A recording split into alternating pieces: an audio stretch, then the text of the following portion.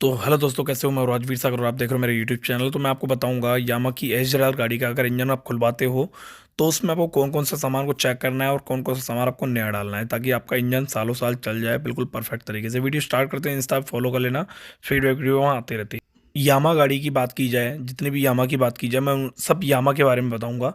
F Z की बात करूंगा, एफ जेड और एच जेड आर, ठीक है।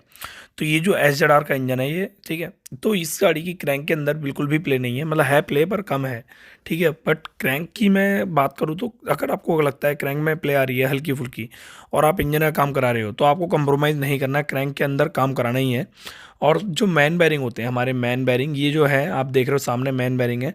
क्रैंक के अंदर दो मैन बैरिंग होते हैं, एक चैम्बर में लगा होता है एच जेड आर की, और एक वो दूसरा होता है हमारा क्रैंक के अंदर, जो कि हमारे चैम्बर में हार्ड तरीके से फिट होता है। ओके। तो ये भी आपको चेंज कराने हैं। इस क्रैंक के बैरिंग को चेंज कराने से और क्रैंक का काम कराने से आपकी गाड़ी के पिस्टन की लाइफ बढ़ती है और बहुत ज़्यादा सालों साल चलने की आशंका जो है पिस्टन में हो जाती है। ये क्रैंक पिस्टन क्यों चलाती है, पिस्टन को ऊपर नीचे मूव करती है क्रैंक, ठीक है। ये होता है हमारा बैलेंसर गियर। तो ये बैलेंसर गियर है। अगर बैलेंसर गियर आपको लगता है, बैलेंसर गियर का जो बैरिंग है, जैसे कि मैंने अभी लगा दिया है, ये जो बैरिंग है, इस बैरिंग के अंदर प्ले आ गई है या प्ले बैरिंग हीट हो गया है, देखो प्ले आ रही है बहुत ज़्यादा तो वो गलत है, और प्ले बिल्कुल भी नहीं आ रही, बिल्कुल भी नहीं आ रही तो वो भी गलत है। बिल्कुल नहीं आ रही है प्ले तो हीट हो जाता है बैरिंग, और बहुत ज़्यादा आ रही है तो बैरिंग लूज़ होकर ख़राब हो जाता है। तो ये दोनों स्थिति में आपको बैरिंग को चेंज कराना है, ठीक है। प्ले आनी चाहिए बस बहुत माइनर आनी चाहिए। अगर ऐसा है तो बिल्कुल ठीक है। तो बैरिंग को आपको चेक करना है, चेंज कर देना है। अगर आपको लगता है कि गाड़ी में इंजन में, देखो यार, आप खुलवा रहे हो इंजन, और इंजन में 100-200 का आइटम अगर आप कंप्रोमाइज़ करोगे तो आपको लगता है कहीं ना कहीं, मुझे भी यही लगता है कि कहीं ना कहीं आपको गाड़ी में बार बार दिक्कत आने आ सकती है, ठीक है। तो आपको बैरिंग में बिल्कुल भी कॉम्प्रोमाइज़ नहीं करना है। अब बात करते हैं हेड के वॉल्व की। ये है हमारे हेड के वॉल्व। इसकी कंडीशन देखो कितनी बुरी हो गई, कितनी गंदगी इसमें जम गई है। जब हमारी गाड़ी के पिस्टन के ऊपर ब्लास्ट होता है एयर फ्यूल मिक्सचर का, तो उस ब्लास्ट के पास जो कचरा होता है, तो वो जो कचरा है वो एग्जॉस्ट के वाल्व से बाहर निकलता है। ये हमारा एग्जॉस्ट वाला वाल्व है। अब एग्जॉस्ट वाले वाल्व के कचरा बाहर निकलते हैं, निकल के इतना ज़्यादा कचरा इसमें फंस जाता है, भर जाता है कि ये प्रॉपर तरीके से एग्जॉस्ट वाला वाल्व बंद नहीं हो पाता है, जिसकी वजह से हमारी गाड़ी में जब ब्लास्ट का वैक्यूम होता है वो इस बंद ना होने की वजह से इस वाल्व से रिलीज़ होता है, और हमारी गाड़ी में पिकअप की, मिसिंग की, इन सब की प्रॉब्लम आती है, घुटने की प्रॉब्लम आती है, चौक ला के स्टार्टिंग होती है कभी कभी तो। और ये गाइड, जैसे कि आप अंदर देख रहे हो इसमें गाइड है, ये देखो गाइड। जब भी आप गाड़ी का काम करा रहे हो इंजन का, पिस्टन का, तो आपको गाइड पे, खासकर गाइड का ध्यान देना है। हेड की गाइड में कॉम्प्रोमाइज़ नहीं करना है, हेड की गाइड का काम कर लेना है, ठीक है। हेड का गाइड मतलब हेड का गाइड आपको डलवा लेना है। हाँ, अगर आपको करा दिया, आपको बोलता है हेड के गाइड सही है, मतलब सही है, ख़राब नहीं है, तो बात अलग है, बट आपको कंप्रोमाइज़ नहीं करना है, आपको बस डलवा लेना है। ये जो वाइट कलर का आप वॉल देख रहे हो, इस वाइट कलर के वॉल से पता लगता है कि गाड़ी की ट्यूनिंग अच्छी थी, परफेक्ट थी, और गाड़ी का जो कार्बोरेटर एकदम जो एक एयर फ्यूल मिक्सचर आपके हेड को दे रहा था बिल्कुल ठीक दे रहा था। बट इसकी इंजन की स्थिति बहुत इतनी डम हो गई थी कि एक प्रॉपर भाग नहीं रही थी, पिकअप नहीं आ रहा था, पिस्टन बोल गया था गाड़ी का, और इसका काम कराने के लिए इसका हेड सेंटर खुला है। तो ये जो स्थिति है, ये हेड के वाल कहीं ना कहीं इसमें बहुत ज़्यादा महत्व होते हैं, ठीक है। तो आपको हेड के वाल का काम करा लेना है, गाइड भी डलवा लेने हैं। अब बात करते हैं केम शाफ्ट के बैरिंग की। तो भाई अगर गाड़ी की केम शाफ्ट का बैरिंग ख़राब है, ये जो बैरिंग आप देख रहे हो इसमें अगर प्ले है, तो ये बैरिंग को भी आपको नया डलवाना है, इसमें आपको कंप्रोमाइज़ नहीं करनी है। देखो ये जितनी भी चीज़ें मैं आपको बता रहा हूँ, अगर आप ये सारी चीज़ें नहीं डलवा लेते हो, मतलब कोई कंप्रोमाइज़ नहीं करते हो, तो आपकी गाड़ी एकदम बढ़िया चलेगी, आपकी गाड़ी में कोई भी दिक्कत नहीं आएगी। अगर आप कॉम्प्रोमाइज़ करते हो तो हो सकता है आपकी गाड़ी में 4 दिन बाद दिक्कत आए। अब मैं बात करता हूँ रॉकर की। ये जो रॉकर आप देख रहे हो, ये एच जेड आर गाड़ी के अंदर रॉकर होते हैं। इस रॉकर के अंदर रूलर होते हैं। ये जो रूलर होता है, आप देख रहे हो, मैं घुमा रहा हूँ, इस रूलर में एक छोटे से बैरिंग लगा होता है जो कि हीट हो जाता है ऑयल ना जाने पर। अब हीट होने की वजह से ये प्रॉपर तरीके से वर्क नहीं करते हैं, गर्म होने पर चिक चिक चिक चिक टिक टिक टिक टिक आवाज़ आने लगता है। तो ये भी आपको कंप्रोमाइज़ नहीं करना है। अगर आपको लगता है इसमें हीटिंग की प्रॉब्लम आ रही है, या प्ले बहुत कम है, या प्ले है ही नहीं, या फिर प्ले बहुत ज़्यादा है, तो आपको गाड़ी के रॉकर भी डलवा लेने हैं इंजन के अंदर। तो ये ज़्यादा महंगे आइटम नहीं है। अगर ये सारा भी सामान डलवाते हो तो आपकी गाड़ी में बहुत कम बजट में आपकी गाड़ी का इंजन का काम हो जाएगा यामा के जेन्युइन का सामान, ठीक है।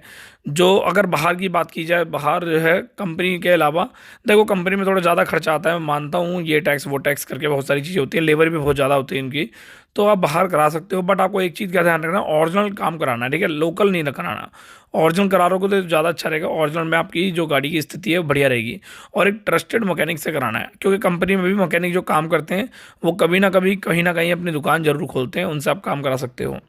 तो ये चीज़ आपको ध्यान रखनी है। अब बात करते हैं क्लच हॉजिंग की। अब भाई अगर आपको लगता है आपकी गाड़ी के गियर अटक रहे हैं या फिर आवाज़ आ रही है, कोई क्लच के अंदर कोई दिक्कत आ रही है, तो आपको अपनी गाड़ी के अंदर क्लच की जो हॉजिंग में प्ले देख रहे हो ये वाली, ये प्ले भी ख़त्म करनी है। इसके लिए आपको अपनी गाड़ी के अंदर क्लच हॉजिंग को रिपेयर कराना पड़ेगा। ये जो प्ले आप देख रहे हो, इस प्ले को ठीक कराने के लिए आपको इसका काम कराना पड़ेगा। हर एक मैकेनिक खराद वाले को जानता है कि खराद वाला क्या काम करता है, उस खराद वाले से जाके इसके क्लच हॉजिंग की प्रॉब्लम को सॉल्व करा सकते हैं। इसमें ज़्यादा खर्चा नहीं आता है। इसे सही कराने के लिए आपको खराद वाले पे जाना पड़ेगा, प्लस इसको सही कराने के बाद से आपकी गियर में स्मूथनेस आ जाएगी, क्लच की जो एक परफॉर्मेंस होती है फर्स्ट क्लास निकलेगी। उसके अलावा गाड़ी जर्किंग या फिर वाइब्रेशन नहीं करेगी। ये इससे बहुत फ़र्क पड़ता है, क्योंकि ये इतना हैवी पार्ट है। अगर गाड़ी में जाके मतलब गाड़ी में जाएगा और ये प्रॉपर तरीके से काम नहीं करेगा या उसकी ड्यूटी प्रॉपर तरीके से नहीं निभाएगा, तो कहीं ना कहीं गाड़ी में दिक्कतें काफ़ी सारी आपको सामने फेस करनी पड़ सकती हैं। तो इसका खासकर ध्यान रखें, क्योंकि ये जो है बहुत ज़्यादा इंपॉर्टेंट पार्ट है, क्योंकि इसके अंदर पूरी कंप्लीट क्लच असेंबली होती है। जब भी आप हाफ इंजन का काम भी करा रहे हो, क्रैंक का काम नहीं करा रहे हो, क्रैंक बिल्कुल ठीक है आपकी गाड़ी की, तो आपको ये भी ध्यान देना है कि क्लच होजिंग सही है ख़राब है। ओके, तो ये आप खराद वाले से जाके करा सकते हो, इसमें ज़्यादा खर्चा नहीं आता है। मैं दोबारा बता रहा हूँ इस चीज़ को बार बार। अब बात करें उसके अलावा आपकी गाड़ी की क्लच की प्लेटों और प्रेशर प्लेट होगी। तो भाई देखो, क्लच प्लेटें हो या प्रेशर प्लेटें, अगर आपको लगता है आप हाफ इंजन का काम करा रहे हो और आपने प्लेटें जो है नहीं डलवाई हैं काफ़ी दिनों से, या फिर आपने डलवाई हैं 3-4 महीने हुए हैं, पर आपकी प्लेटें परफॉर्मेंस अच्छा नहीं दे रही हैं, तो आपको प्लेटें दोबारा डलवानी है। क्योंकि जब गाड़ी का पिस्टन का काम होता है तो प्रॉपर तरीके से गाड़ी की क्लच प्लेटें वर्क नहीं कर पाती हैं। उसका रीज़न सिर्फ एक ही है, क्योंकि गाड़ी का पिस्टन ऑयल खा रहा होता है और ऑयल कम होने की वजह से प्लेटें जल्दी फूक जाती हैं। क्लच प्लेटों का सारा महत्व ऑयल पे होता है, ये आपको ध्यान रखना है।